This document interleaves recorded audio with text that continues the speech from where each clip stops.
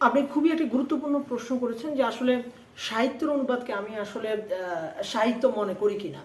সাহিত্যের অনুবাদকে প্রায় কেবল ভাষান্তরকারী হিসেবে দেখা হয় এবং অনেকে এ ধরনের কথা বলে থাকেন। তবে একাডেমিক এবং সাহিত্যিক তত্ত্ব দৃষ্টিকোণ থেকে যদি আমরা ধরে থাকি তাহলে একজন অনুবাদককে শুধুমাত্র অনুবাদক বলা যাবে না, কারণ অনুবাদক যে মূল রচনার ভাব, ছন্দ, রূপ, রস, একজন অনুবাদকের দায়িত্ব হচ্ছে মূল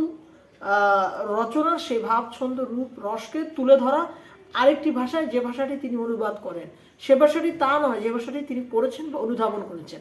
তাই তাদের কাজ শুধুমাত্র শব্দের স্থানান্তর নয়,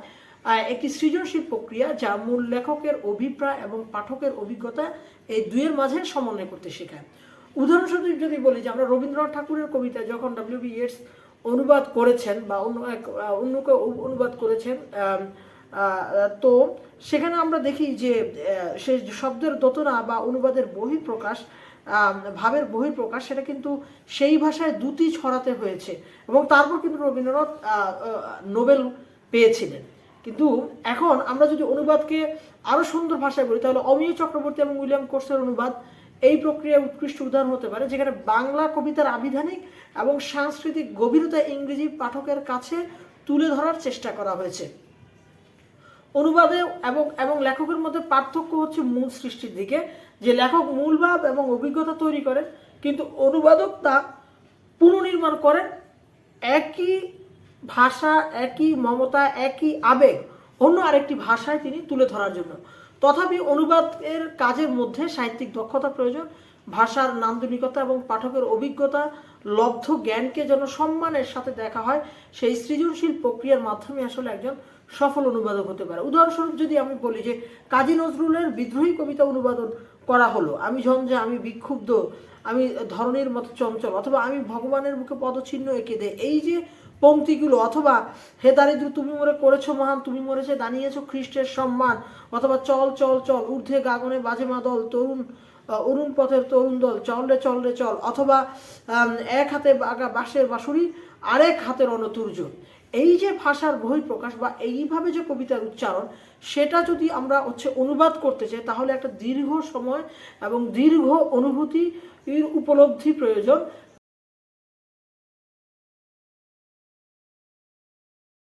যা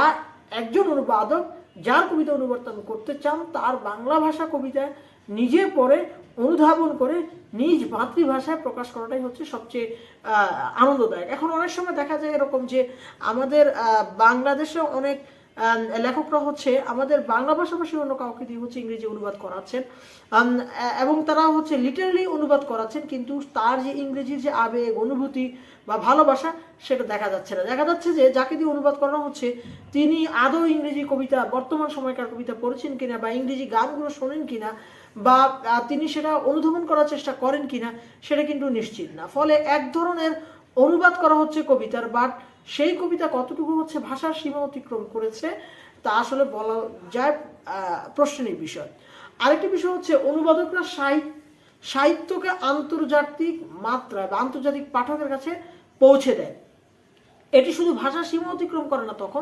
তখন আমরা দেখি যে একটা সাংস্কৃতিক সংযোগ তৈরি করে এবং রাজনৈতিক এবং সামাজিক বার্তারও কিন্তু সম্প্রসারণ হয়। সুতরাং অনুবাদরা শুধু অনুবাদ করছে না, বরং সাহিত্যের অর্থেরও দায়িত্ব পালন করছেন। সত্যজিৎ রায়ের গল্পের ইংরেজি অনুবাদ করার সময় মূল গল্পের সামাজিক প্রেক্ষাপট এবং মনস্তাত্ত্বিক যে বৈশিষ্ট্য ও তা একজন অনুবাদককে হুবহুব রাখতে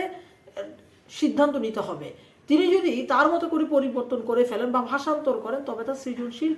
সাহিত্যের অংশীদার কখনোই হতে পারবে না। আবার আমাদের দেশের মাঝে দেখা যায় যে আমাদের অনেকেই বিদেশ ভয় ভেবে যান এবং তারা কমনওয়েলথ লিঙ্গুয়াল হওয়ার কারণে, অর্থাৎ ব্রিটিশ শাসিত অঞ্চলের কারণে এবং ব্রিটেন বা ইংল্যান্ডে থাকার কারণে তারা ইংরেজি ভাষায় রচনা করে এবং তাদেরকে যখন রিকোয়েস্ট করা হয় যে যেহেতু তারা একটা দীর্ঘকাল তারা ইংল্যান্ডে ছিল এবং তারা তাদের ভাষার আবেগ, অনুভূতি, ভালোবাসা জানেন, এবং তাদেরকে যখন বলা হয় যে আপনি বাংলা ভাষার যে গুপ্ত মূলধনগুলো আছে সেগুলো আপনি আপনার ভাষায় অনুবাদ করুন, তখন তারা কিন্তু সেটা অনুবাদ করতে রাজি হয় না। অথচ এই ধরনের সাহিত্যিকদের জন্য সবচেয়ে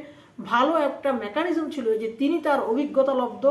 বিষয়গুলো এবং তিনি তার ভাষা সাহিত্যে তিনি যা আগে পড়ে এসেছেন সেগুলো ইংরেজি ভাষায় তুলে ধরা এবং ইংরেজি ভাষায় তুলে ধরার মাধ্যমে নিজের সাহিত্যকে বিশ্ব পরিক্রমায় পৌঁছে দেওয়া।